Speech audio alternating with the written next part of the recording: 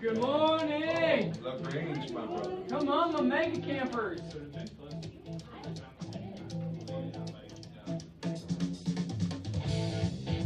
Where are we going now? Wow. Hi, everybody! Hello. Hi, you. You tired as I am still. I'm tired. How's everybody doing? Great. Yeah? How was you guys' week? Good, how was yours? Full, man, real full. Was it mega? It was above average for sure. Yeah, that was funny. I remember when I first went to Mega Camp, I was trying to figure out what Keller Williams was. I had no idea really, and I remember one of the things Gary Keller said. What I love about him is he's just like super candid, and he doesn't care if you're paying him $3,000 a year in royalties or not. He'll just tell you how it is. And he's like, this is mega camp, not average camp. So if you're average, this is not the place for you. Like, it was pretty funny. Reverse psychology. Yeah, exactly. So it was good. Well, who's got some wins that we can celebrate? Anybody? Closed one on Friday. It was good. Good job, Ron. Awesome. Closed one on Friday. Me too. Hey, on Friday. Friday's payday, apparently. One Awesome. too. What about this side of the room? So we know these guys are. I closed one last week. All right. Yeah. Jody. Some investor buyers under contract while I was traveling to make See? All right. I love it. Those are the funnest ones. When you leave town, you're like, I got 19 deals. I didn't say Yeah. I thought Katie was going to have an aneurysm on the way home. Unfortunately, we got delayed because Austin couldn't figure out how to put jet fuel in the plane. And that took quite a while. So she was like, her thumbs were going on fire. She was trying to work deals. That was pretty funny. So it's good. So Trip is back from. All over somehow. Oh, yeah, his trip. Where'd you go, Trip? appropriately. Honduras. Honduras. I got a buyer under contract while there. From Honduras or the U.S.? From Honduras. No, buyers. Yeah. Well, cool guys. So I asked several of people that joined us went to Mega Camp to share this morning. So I want to thank you guys for being willing to share. A couple things that my biggest takeaway, real quick, before we sort of go around the room. This is going to be fairly open forum today because there's only so much information that I can absorb. The biggest thing that we just talked about was the shift and what it's looking like across the country, and I'll dive into that here in a little bit. But I think the overall temperament was, with the election cycle, with where things are at, numerically and economically, there's optimism, but it's very, very cautious. Because of the fact that you've got so many moving parts that I think I said it last week. Well, Tom Ferry said it last week when I showed that video, that the market is better than it's behaving. Remember that? Remember we played that video? Or you guys have slept since then? You're looking at yeah. So there were 7 things that he talked about that he had a conversation with the California Association of Realtors, the chief economist, and what she was saying were 7 different things that they had talked about, like what luxury's doing, all that stuff. But the reality of it is that the market is better than it's behaving, but we're in like this new territory because affordability's still good, median home prices are up, but like we've cooled. And I think that what the overall takeaway was that, yeah, we're in a shift, but nobody really knows what this is going to look like. Would you agree? Yeah? Yeah, So- he said we can't predict when it's going to happen. We just know. We can just predict that it will happen. Yeah. And so one of the best thing is that he says is that when a market shifts, there's only one thing you can do, like you personally, is just shift with it. Which really is a total inward, like, okay, what am I doing? What are the things that I'm doing regularly? What are my actions? All that kind of stuff. So I wanted to kind of point out a couple things. Housing market cycles. Obviously, you've got long-term trends, which is continually up because time always produces an appreciative factor. in economics, right? Okay, so the long-term trend is up. We haven't dipped. We're not in any type of crisis that way. We talk a lot. Remember, this is that S curve of innovation. Well, it matches economics well, so that when the housing market cycles, you hit the top, downturn, bottom, hit the recoveries, right? Same thing over and over and over again. So nobody knows, like, is the top the top? Like, have we hit another sort of bubble? Like, those indicators aren't there. But what we do know is the downturn. We're catching that tail end. Average days on market across the country is up, which just tells me people aren't buying or jumping in as quick. Our inventory is up. Anybody seen what Denver's done? I hadn't pulled any numbers. So what? Yeah. So what? Do you know anybody know where we're at in Denver? Anybody? Can I get a real estate professional in the room? Oh. Anybody? Okay, that's probably a pretty important number to keep your pulse on if you're selling real estate for a living, okay? So we know it's up, but nobody can tell me how much. Sherry's on it here, she'll have it. All right, thank you, Miss Carrie. Pricing's obviously down. Have you guys seen that? A lot of price decreases? Yeah? Okay. I copy myself on my emails, and I have this buyer, and she just wants one email a day, because she's looking in the lower price ranges. Anyhow, so I get about 10 houses a day in the email, and it used to always be, a new listing or whatever, and now it's like one new listing, 4 price reductions, and 5 back on market. It's Right. crazy. It's crazy. Most of them are back on market and price decreases.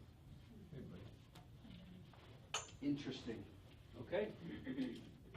And then obviously sales is down. Anybody seen kind of a slow in the pendings? Anybody watch that metric? How about your pendings? It's still pretty, Pretty Yeah. good? So you guys are still moving stuff? Okay. One of the things that I really appreciated them talking about is construction flatlining. You know how we spent a lot of time talking about how land is just becoming less and less available, they're not releasing it. They actually did a whole sort of talk about, or a theme around how many home builders got cleaned out. And we just haven't recovered. So it's not like there's the demand's not there, the land, materials, but they were just talking about, and they didn't necessarily have any specific numbers, but people lost their shirts. And who knows what the average home builder makes, profit margin wise? Anybody besides Glenn? A good house, okay, 20%. 20, that would be phenomenal. Yeah. It's 12 to 18. Oh, okay. Okay, just the average. And if you're making 12% profit, right, you can generate a lot of revenue, guys. You guys can generate revenue, but the way that you make profit is you manage your expenses. Okay? So if your expenses aren't in check, especially in this shift, you'll still generate a lot of revenue, but man, it'll be going out the door as fast as it's coming in. For 12%, the liability, you got a 10-year foundation, structure warranty that you're putting on, all the stuff like in Denver, especially with all the, help me out when they, it was a condo and now they're going into a townhouse, or what's the word I'm looking for? When you build something and you can't change the functionality of it because, like apartments to condos. Conversion? Well, yeah, it's just, guys, help me. You're stuck. Like when in the deeds and restrictions. I do not think this word means what you think. No, I know that, because people are building so many apartments here, but they want to convert them into condos, but the builders, I know you guys have talked about it. It'll happen. It eludes me. Okay, never mind. Sorry. So, but that was very interesting because we can tell where we're at in the lags, you know, because we flatlined. It's not like we have oversaturation of inventory across the nation. It's flatlined. So that's a precursor to I don't know. Nobody's experienced this before, okay? So just very, very interesting in the midst of the housing market cycles, kind of where we're at in this downturn and the indicators, okay? I wanted to point this one out as far as affordability. So affordability has been declining since January as prices continue to outpace wage growth, which is not necessarily an indicator of the real estate. It's an indicator of what's happening economically in the country, okay? You've seen how much appreciation in some of your areas in Denver, on average? About 12%, okay? Which is, I mean, that's like 3 times the national average. In some of your areas, what's that fancy area that's all like 22% or something? No, it was 2 words. Cherry Creek, North. Yeah, something like that. Yeah, like 22 or 25% appreciation. That's the one I'm thinking about. I mean, guys, that is like insane. Just natural appreciation. But the reality of it is if you look back in the, as far back, it stayed fairly consistent for almost 2 decades here. Okay, and from the late 80s to early 90s. And then we hit that peak, okay, which was the indicator of what the bubble was about to come up. We came down, and now, if you look, our affordability in May is really on pace for where it was at the early of 09. Interesting.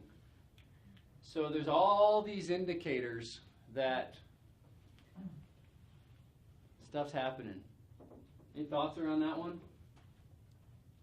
I want to back up one and ask you a question, or Glenn.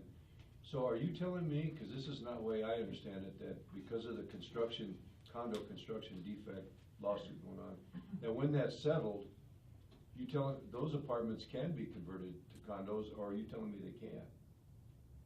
All of the apartments that are built now just for rental, my take is those will all be, or a great deal of them will be converted to condos and are even built that way and designed that way. So what you were saying, I don't know if that's what you meant or it was on a different subject. Yeah, well, that's what I was talking about. Isn't there a special word for that, where they shift them over from apartments to condos? Well, ownership.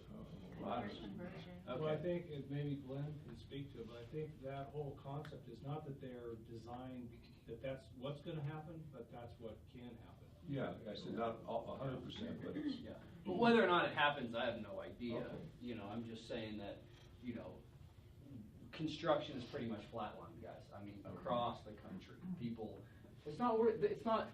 builders are saying, hey, money's not to the place where it's worth me getting out of bed and generating all that liability for 12%. Which is a smart business move. You can either have nothing and keep your shirt, or risk losing your shirt and still have nothing. Okay? So, guys, those are the 2 main kind of thoughts. We'll dive into this more. We got team meeting stuff, and I'll kind of break some more stuff down. But I asked some of our mega camp attendees in the room, where you at? Come on. So I asked them to just I wanted you guys to hear from them, sort of some of their takeaways. So let's do this. I want to start here, and we'll work our way down, and then we'll come back this way. So get ready to take some notes. I'm going to transcribe some things on the board, but I want you to, whether it was economics, your buyer's listing, or your buyer presentation, anything that you feel like the room would glean from. So, You're gonna start with me? I will. Okay, well, I won't talk about buyers or sellers, because there's some other great agents in the room that can do that. So I'll just focus on technology and then maybe financials. One of my big takeaways, which is so simple, but when you actually go back to your budget model, and we all know it's not fun, but when you're looking at your operating expenses, the thing about your operating expenses is that those are your value proposition. That is when, as you grow your team, you can say, these are all the things that we're paying for that you don't have to pay for. Cost of sale doesn't change, we all have that, but you can, create your value proposition, your team model, your culture based upon your operating expenses. So I thought that was a unique perspective that might make you all want to go look at your numbers a little bit more. So can you give us an example what that Like means? if your operating expenses are everything that you pay for after your cost of sales, so after your splits, after you pay your company dollar, your royalty, and those could include things like your salaries, if you pay a stager, all your photography, signs, business cards, all your marketing expenses, everything like that. So if you break it down and look at it, you can say, by joining our team, you are saving X. Like, our business card would cost you this much, our sign would cost you this much, our staging would cost you this much, and That's you good. can create your value proposition out of that, so. Which they were showing like the MREA budget model, that was like 75% the cost of sales for budgeting. Yeah, yeah. There's a lot of really cool things in the budget model if you dive into it, not with the fear of numbers way, but just, what does this really mean way, so. there's a lot Yeah, of- and if you're like a team and you're spending money on, an outsourced lead generation platform, Zirkle, Boomtown, whatever, Realtor.com, like that's a value proposition, right? Yep. It's leads that you're able to generate, that kind of stuff. Exactly, yeah. No, it's good. So, and it'll help you know, are you giving yourself value? Like, are you providing value to yourself? Are you wasting money, or are you not spending enough, maybe? If your profit margins are too high, you're not actually reinvesting in your business, which means you're not gonna be able to grow. So, That's good. yeah. So that's financials. Technology, there's some really, really cool things coming down the pipeline. I think that we're going to talk about it more during the team meeting. Can you give me But, tease? well, you're teasing with Profit Dash. Well, You I stole my stole her thunder. thunder. Did you guys see that? Did you play with that? Yeah, So, Yes? yes, Yes. I did. Yeah? What'd you think? It's cool. It is Yeah? cool. Yeah, I've started using it. Cool. Yeah, it's really It's really neat. good. And that'll pretty soon be linking to your MyKW. It's already linked to Green Sheets and stuff, but they're gonna have a full interconnected platform. It's gonna be called KW Connect, and we'll definitely talk about it more. But I think one thing, a big takeaway for me, is that Keller Williams has become, the #1 training company, and they are in real estate, and they are known for their training, their systems, and their models. And now they want to be known for technology, and they want to become one of the tech leaders of our country, like of our age right now, which is kind of remarkable. It can make people feel a little scared, but if you're not going to trust people with your data, they're taking it anyway. If you are going to trust someone, then it should probably be KW, because they really care about their agents more than any other company does. So. Yeah, it's interesting. One of the comments I remember, I think it was Jay Papazan. He says, we're a training, coaching, consulting company inside of real estate. Now we're going to be a technology company inside the real estate industry, and then we're going to be a media company inside the real estate Yeah. industry. Like all these sort of natural extenders of what it really takes in the business world to succeed. That's what they're replicating, and having the ability for agents to just sort of creating a platform so they can plug and play. And the crazy part is that as KW expands its umbrella so much and its universe so much, it doesn't just give us more leverage, it actually is creating way more opportunities. And that was a really big thing. If you all saw Gay's post on Facebook, teams are not just teams anymore. They are corporations within a corporation. Like, they're operating as fully, like, as their own business. They just happen to be under KW, and there's value in that. Like, there's no reason for them to go out on their own.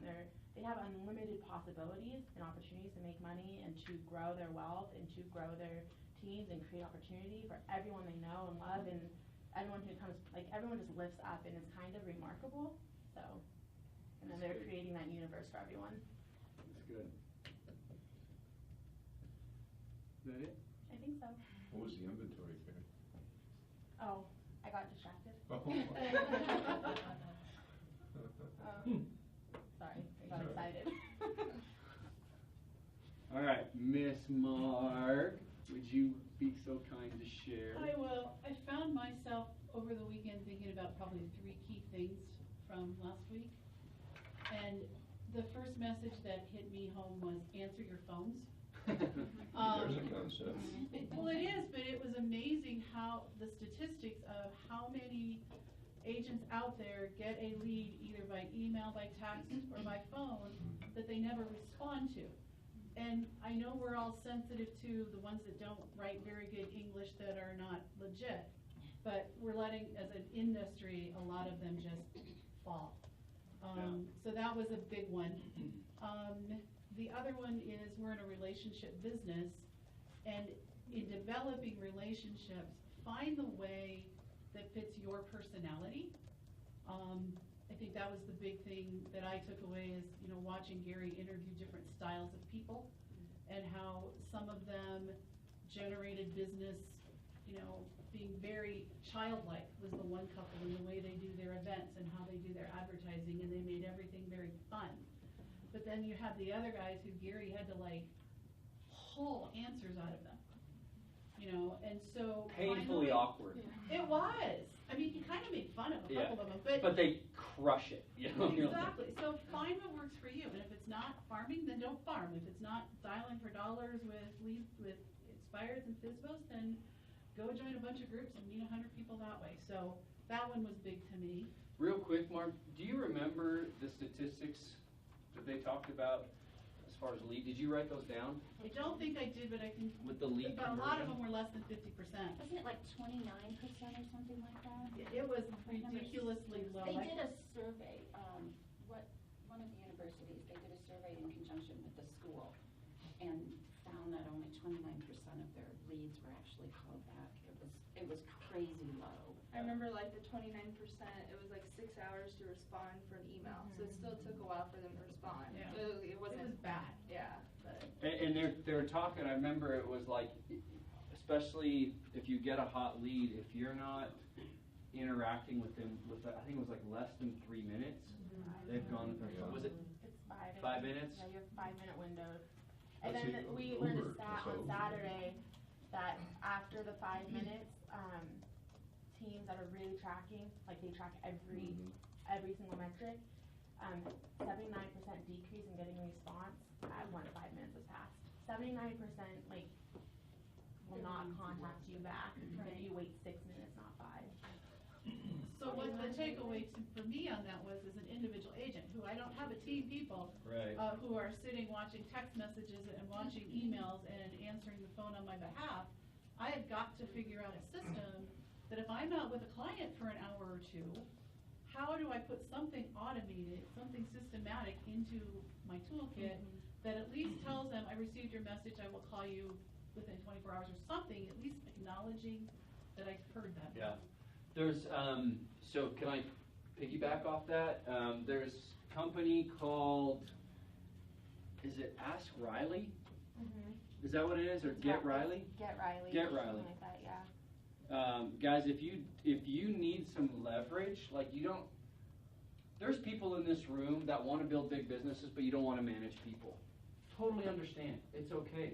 There's so much virtual leverage out there that can enable you to really appear massive, and you don't have to have the headaches of, you know, making sure this person does their stuff, right? So Get Riley was one of the companies that basically it's like an autoresponder concierge service.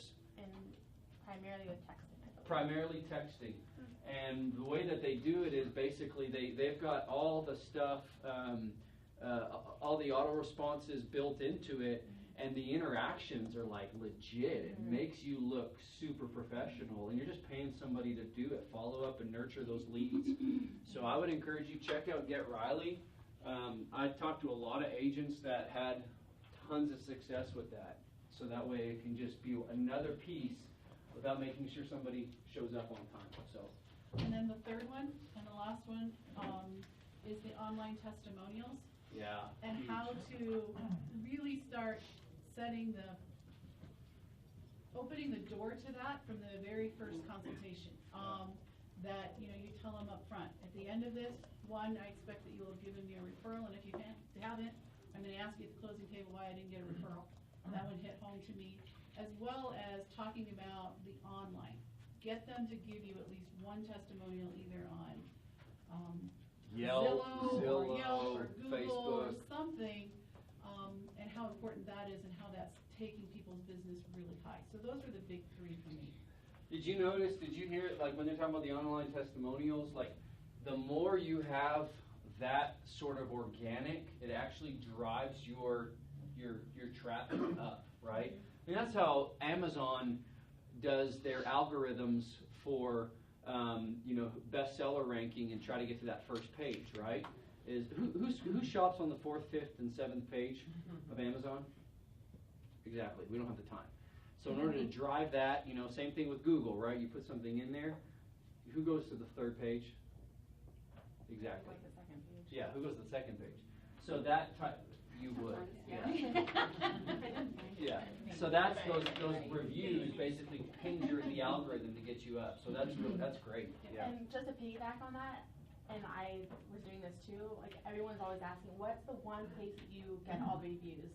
And they're saying, you don't just say we want all of our reviews on Zillow. If someone doesn't have a Zillow account, they're not gonna take that extra step, so part of that follow-up phone call is, hey, do you have a Gmail account? Yeah, great, I'm gonna send you a link. They're gonna rate you on Google. Jeez, we're tired. On Google, because it's one click, they don't have to do a single thing, they're already signed in.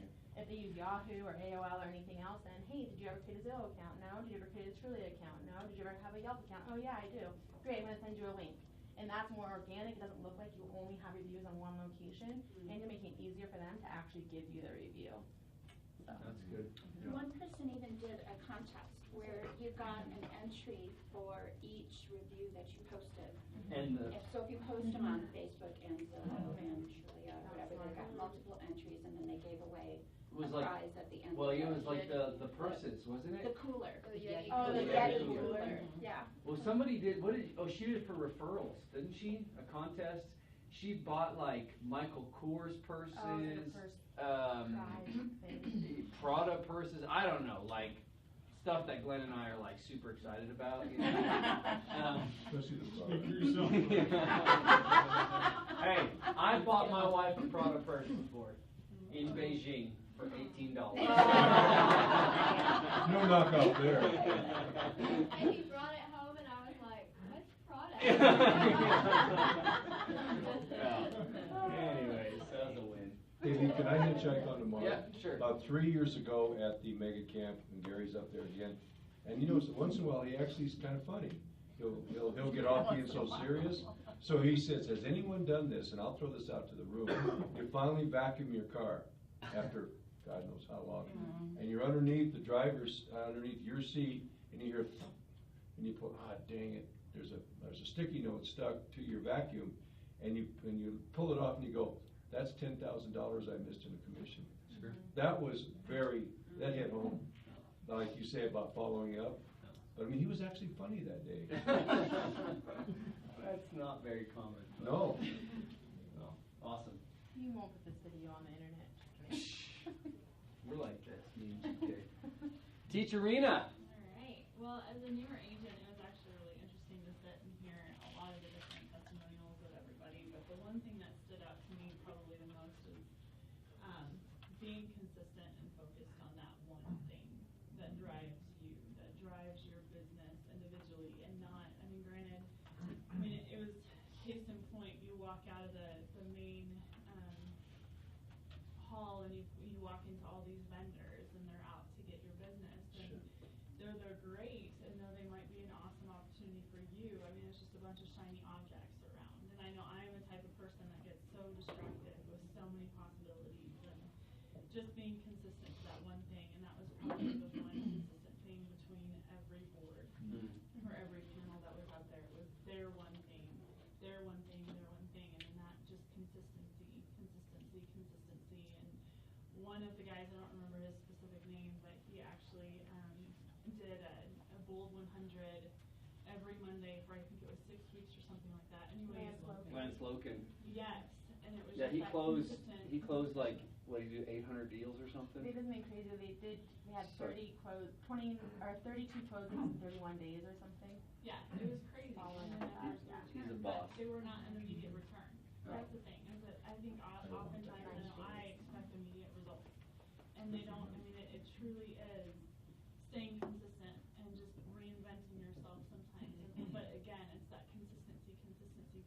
loyalty, and then just expecting delayed gratification. Talk about waking up on Monday. Anyway, but that was probably the biggest thing for me. And then I don't know about y'all that went, but I was totally personally touched by Aiden, the 15-year-old. Do you want to share what? Yeah, I don't remember his last name. I tried to grab it online, but he actually was a young kid that I think he was 6 or 7. He was sitting in he was sitting with his mom in a restaurant, was bored to death, and had a harmonica, and he's like, Mom, I'm gonna go in the hall and play this harmonica. Anyway, he played this harmonica, and it was that moment, he actually got $80. He put his hat out, you know, not thinking that he was gonna get anything in return, but people thought he put his hat out just to get some money off of it, and he said that he sounded terrible, but he was an 8-year-old, I think he was 8, anyway, sitting in the hall doing all this stuff. Well, then he's like, well, you know what, I've got $80, what am I gonna do with this money? And he's like, I've got food, I've got shelter, I've got everything I need, I'm gonna go ahead and donate it to Africa. And so from that moment, that was the start of this huge opportunity of reaching out and helping youth his age kind of live life and find their purpose in life and actually own it and not be afraid to be who they are. And that was kind of his a testimony, if you will, of, I mean, this is who he is. I mean, he loves music. He's such a giver. He's been, if you guys watch TED Talks, he's done a couple different TED Talks on there. Anyway, it was just, that was touching to me, is that he when you are you add value. Yeah. To so many other people, and you don't even realize the type of value that you add. But that was just another takeaway, is that to not be afraid to be who you are, but to give of yourself. And that was the biggest thing, is that, I mean, he's given multiple hours of service. And from that, he's developed a great opportunity for himself. And I mean, an amazing public speaker. Like, I was impressed. He's what? 15. 15. Yeah. So totally look him up. I'll try and I don't email remember his it. last name. Yeah. He should run for president. Something. Oh, there we go. It's Aiden Hornaday. So Aiden Thomas Hornaday, Hornaday. Great, awesome kid. He's totally one that I'm gonna follow and cheer on the sidelines. But anyway, yeah, it was good. It was really good. But yeah, be consistent. And it was your first time? First time. And?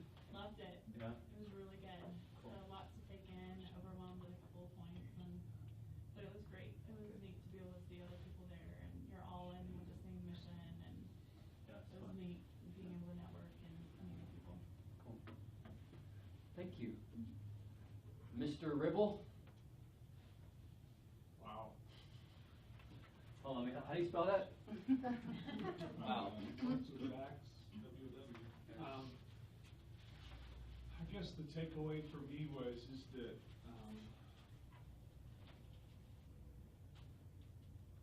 you would be shocked if you would just stop these people and talk with them.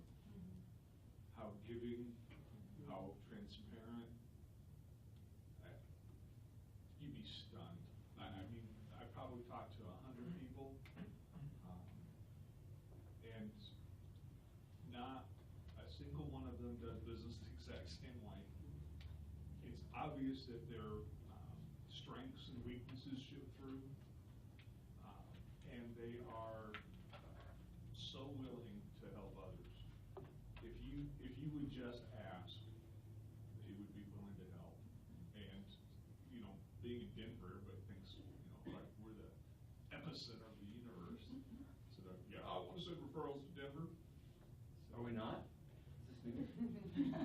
But that's the part that was just amazing to me, is that I just saw so many different business operations. Yeah. It's mind-boggling. So if you ever get in a position where you think you're struggling with your business model, or you need to reinvent, immerse yourself in a mega camp, and you would come out on the other side just overwhelmed. So to piggyback off that, I'm in line at Starbucks at the JW upstairs on the second floor, and there's this guy there, and he's talking to some other guy that has suit, looked real sharp. We guy in the suit was there for an insurance convention. And the guy that was talking to him was real estate. And I overheard, I had my headphones in, but he says, yeah, I do, the guy that wasn't in the suit said, yeah, I do a lot of real estate investing and all this kind of stuff. And heard them talk for a little bit. He's headed, the guy not in the suit heads down the escalator, and I finished, got my stuff, and followed him. I said, hey man, I overheard you do a lot of real estate investing here for the Keller Williams conference. And he said, yeah, and I'm out of, Roseville, California, and anyways, he told me his name, and I was like, Matt Atchison, do you have a podcast called Millionaire Mindcast? And he's like, yeah, I do. I'm like, bro, I've been listening to you in my car for the last 6 months, and anyways, so we ended up having coffee.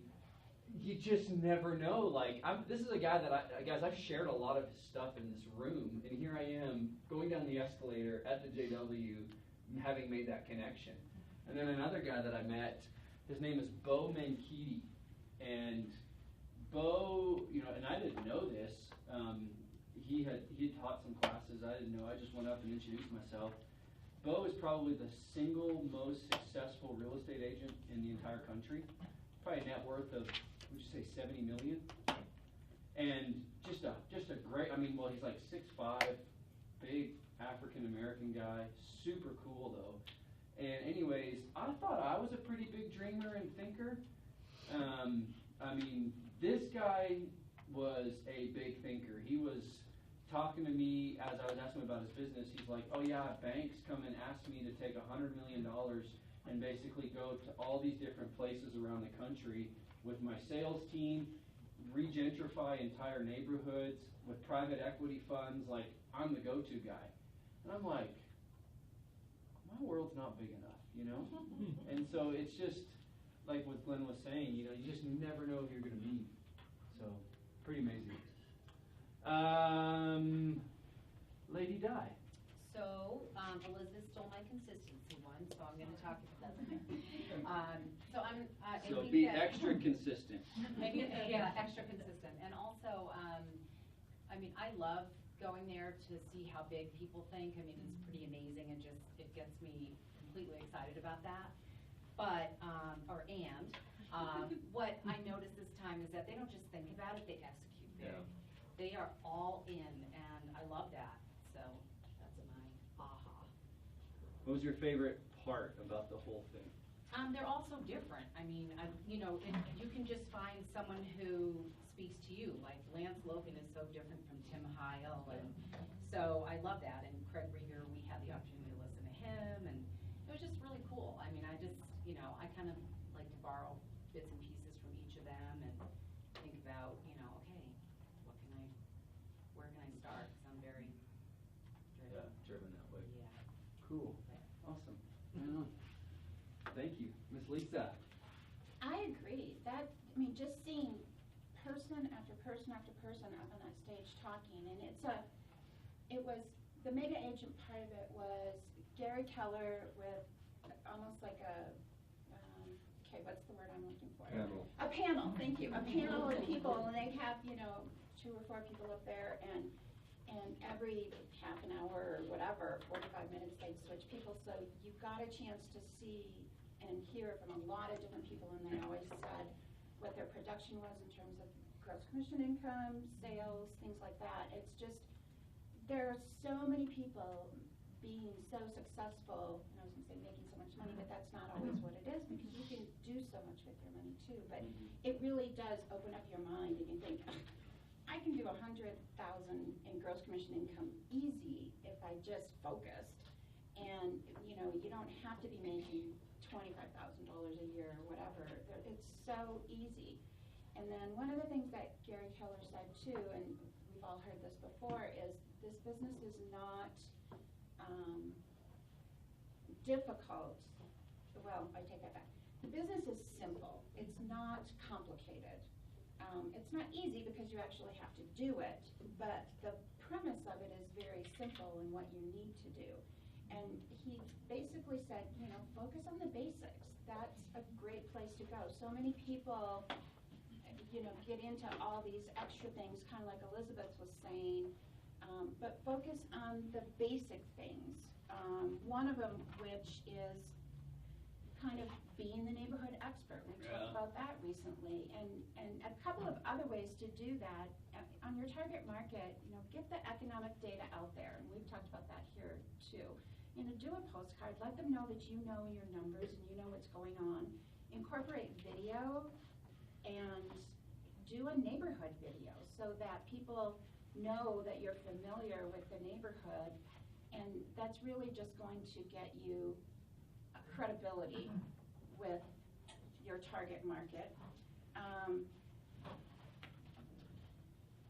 Bring value to them. Do like fundraising stuff too. Show that you care about your community that you're working in. The let me see.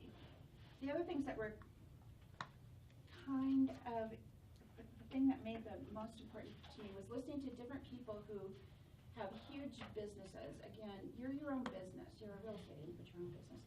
And how some of them have had issues with people leaving their team. Sometimes mass exodus where half of the people working for you leave, and really how you can, the things that they have learned on how to prevent that from happening again. So we're all taught sort of the structure on how to do things, but you also have to remember the people side of it as well, and when you're making these decisions. And doing a personality assessment and giving people the opportunity to kind of own their jobs and make it a business where everybody's important. It's not just tied to one rainmaker, the person who's in charge of the business. Because if that person has some things personal going on and they're away from the business for a time, you don't want the business to fail or to decrease because that one person isn't in touch with it every single day. So make it a business, not just all about one person. And that will really help sustain it. And I guess just being intentional about things too. Margaret had mentioned the referrals, and they also, if you've got a team where you've got staff and things like that, a marketing person, admins, things like that, they also gave them bonuses for getting reviews online too. Oh, that's good, yeah. Yeah, so if you get someone to do a review, you get a $50 bonus or whatever. Yeah, they're not just competition for your clients, but the competition in their teams, like who can, Right. like most Right. clients give them reviews. Yep. Yeah. And as Margaret said, being intentional about it right from the start, not just, I expect you to give me a referral by the time that we close, but here's why. We are gonna give you such amazing service that you can't help but refer somebody to us. Yeah. So if you haven't referred somebody to us by the time we're sitting at the closing table, then that means that we didn't do something right. So we want to know what that is. And just being very open about it and kind of setting the expectations, which is always good in everything that you do. And then if they haven't, then you get a chance to know why. And the story that hit home with that, Lisa, was when he said, we've been tripping along with this guy, and I thought things were going good, and we got to the closing table, and I said, hey, we haven't had a referral from you yet, and I'd like to know what we could have done better so that you would have. And because he had told the guy at the very meeting that he was going to do that, the guy pulled out of his pocket and handed him 2 referrals and said, I just wanted to make sure you were really going to ask me that question. I laughed, but that stuck with me as to how important it was to set the expectation up front and make sure that you follow through with it, because you could be being tested. So had he not asked at the closing table, the guy wasn't gonna give him the referrals. Dang. Got it. $20,000 just by not asking. Everything. Yeah. Awesome, interesting. Okay, cool. Thank you. That's good. Took some Good. of mine. There's all kinds of fun are being stolen. And there's shopping too, so you get a chance to go shopping and Yes. buy KW clothes, but you also get a chance to see different things. Like if you Yeah. don't know what to do for a closing gift, you know, they Oh, have yeah. different vendors, you get sometimes deals on things. And the whole thing, you get to write off all your coffee and travel, and you get to meet lots of people. I have You more put of them those expenses in a upstairs. profit dash. And to Profit right. Dash, that's right. But, you know, you get a chance to talk to people They have, too. they have and you KW stand socks, in line. guys. All right. To see him. Well, Number of no, times not a these year. ones, but my sock game's on point today. It is very strong, Point that out. actually, Thank you. extremely. Thank Yeah. you. The best part is seeing Gary Keller try to get his leg up onto the high counter to show 10,000 people what his socks look Saw like. his Oh, I socks. missed that. And they try to get his leg back off the Were they counter. black socks? They were like He red wears by KW KW. socks. Yeah, Because his he's son always designs wears them. black still, doesn't he? Nobody always Doesn't wears he? Or his I son? have really red socks. shiny KW socks. Son Oh, makes okay. it. His son designs them. Miss Katie. Well, there's a lot of great points that have been mentioned already. This is my first time in Mega Camp, and I absolutely loved it. And Better than so family reunion? I liked it a lot better than family reunion. I'd say not that I liked it better; it's just different. I like family reunion too. This I really liked. I liked how I liked the different panels. It took my thinking to a higher level. Just I think also the agents that were there. As far as some of my takeaways, I would say just listening to other agents talk, noticing certain trends with them, even though they all do their business differently. I noticed a lot of them they've had setbacks, which then helped make them stronger, and they had, like one of them was saying, you have to almost go backwards to go even forward. I really enjoyed listening to Tim Heil.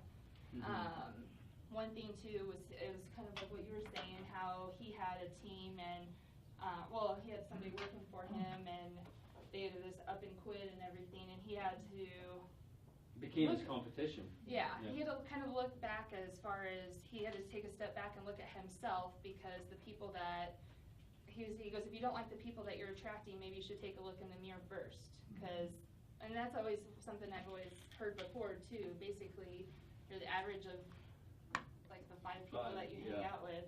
But yeah, he goes, I really had to take a step back and look at myself and work on myself before I could move on forward. So I really enjoyed listening to him. I also really liked the lead buyer's agent. I think she worked for, it was Jay's wife. Wendy Papazon. Yeah, hired her. Jennifer Lewis. Yes.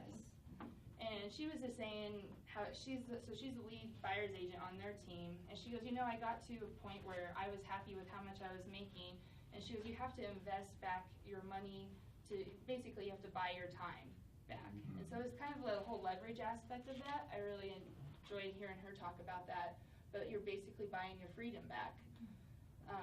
And that was so cool because she built her own team within Wendy Papazon's team, right? So she used her part of her split to leverage for herself, get a showing assistant, get more buyers agents, and that's just Yeah. you can have ownership and have a vision within someone else's vision. So it's like a team within a team almost, Mhm. which was really neat. And she was in control of, so she was the lead buyer's agent. She was hiring people that could help her out. As far as the shift, that was one thing where you have to, a lot is your mindset and you have to shift with it. But yeah, I just enjoyed, I don't know, just like one thing Margaret said too, you have to find what works for you. So it was neat taking a little bit from each agent, and like some things that wouldn't work for me, but seeing how they run their business, and some that I really connected with. It was just really, I'd say it was, I don't know, it was very valuable takeaways. There's a lot to it. And then the little boy too, I was gonna mention that, but just as far as spreading kindness, and you'll get farther in life by doing good and giving back. Than being a jerk. Yeah. Awesome. That's great Cool. though. Yeah. I loved it. So guys, big takeaways. I'm going to jump into something real quick. We got 9 minutes left. You are worth investing into yourself to come to events like this. Okay? I know it can feel life's busy, stuff's happening, but if you do not start now by seeing yourself as your best asset in this whole equation and really feeling like it's worth investing into you, you miss out on this type of stuff, because the exchange of information is so valuable. So if you don't have that sort of part set up inside of your business to reinvest back into you, one of the things that Gary Keller said is that average, I'm sorry if you guys can't see it, the average sales agent, okay, will cap out at $250,000 a year. On average, if you look at across the whole, now that's not bad money, okay? I'm not saying that that's a bad thing, but you can't get beyond that in our system, in our world. That's really about the point where you hit that wall, you hit that threshold. There's not enough time in the day, and there's not enough things that you can do to generate and double until you decide to run a business. Businesses are the entity that takes you out of being the driver of the activities to being the leader of the activities by finding other people. That's the only way you can get past that threshold. That stuck with me. Now, being worth $250,000 a year, it's a salary, it's an income, it's a revenue. But you don't start getting profitable until you start building a business. That's the difference, okay? So I got 8 minutes. I want to kind of just talk about the 5 things that you need to be working on and focused in the midst of this thing we're calling this shift, okay? When markets shift, there's only one thing you can do. Shift with it, okay? Blessed are the flexible, for they shall not be broken. That's probably in a good book somewhere. Or I just made it up. Sounds good. Does sound good, doesn't it? Very good. Proverbs, hallelujah. Okay. Number one thing you have to do, guys, is you have to find your profit. And I'll talk real loud for you guys at the end that can't see this. Through not revenue generation, but expense management. And that's crucial. Okay? Now is the time to lower your expenses and make every dollar count. To generate revenue, you have to generate what? Starts with an L and runs with leads. Thank you very much. To generate revenue, you generate leads, but to make a profit, you manage expenses. Know what you make, what you spend. That's it. Right? Remember those builders? How much were they getting out of bed for? 12%. Would you get out of bed for 12% in this industry? Nope, I wouldn't. Okay? Here's some ways to do it. Maintain your monthly budget.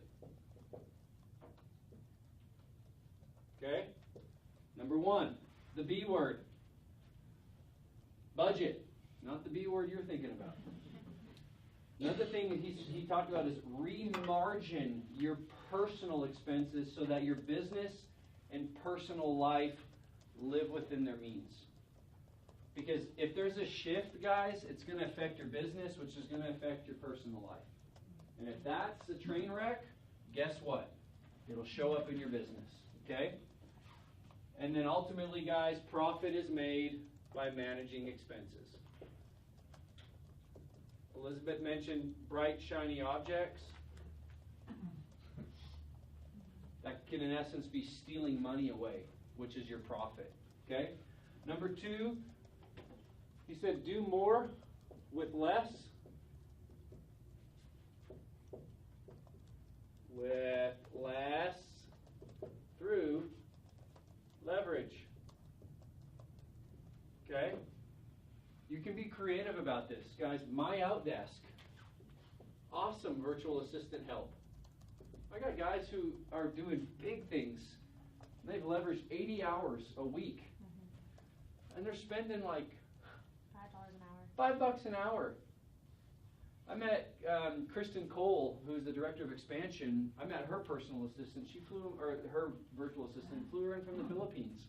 Guys, there's ways to get help without having to create employment contracts and all that stuff. If you don't feel comfortable, you don't feel like your business acumen is to that level, it's okay. There's help.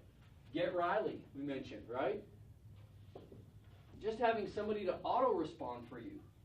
That'd be helpful. Because you don't want to take away the service you're providing your clients on a showing, for instance, and your phone's blown up because somebody wants a seat, and you know that, like, oh crap, I got less than 4 minutes and 53 seconds. Okay? So those are some of the things. As you manage your expenses and make necessary cuts, you need to get creative to do more with less and make everybody count. A market shift can be an opportunity to upgrade and top grade your business. That's one of the gifts of the shift.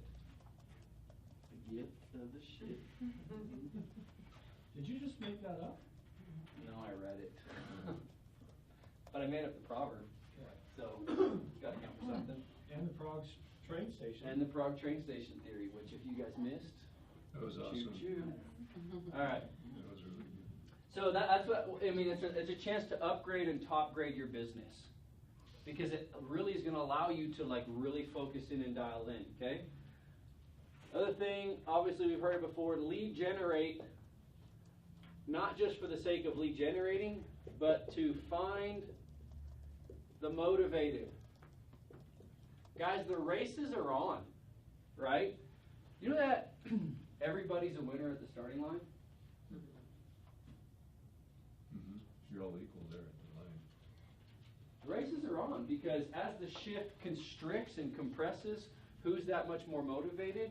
You've got to get dialed in, okay?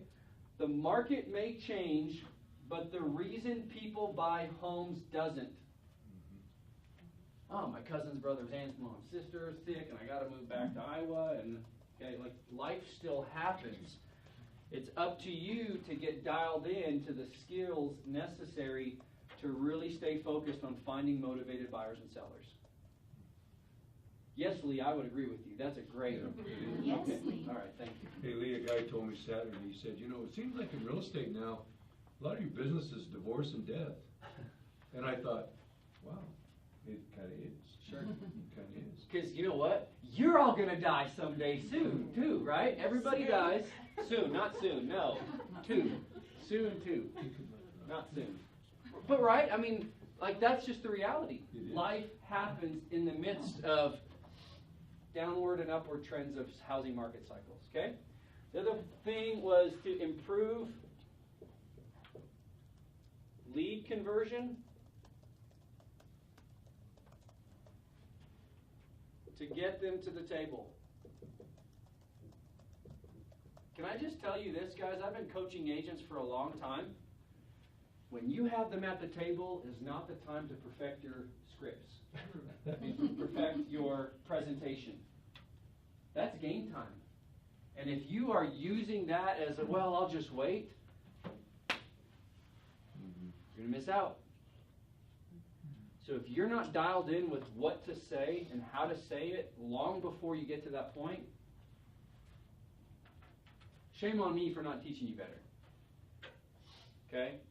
The reality of it is that that's the opportunity to get that conversion, because if you look at everything that we show you inside of how to actually go from appointment count to money in your pocket, those shifts in 1 and 2 and 3 and 4% increase in your conversions generate over the long term good money, right? Tens of thousands of dollars, okay?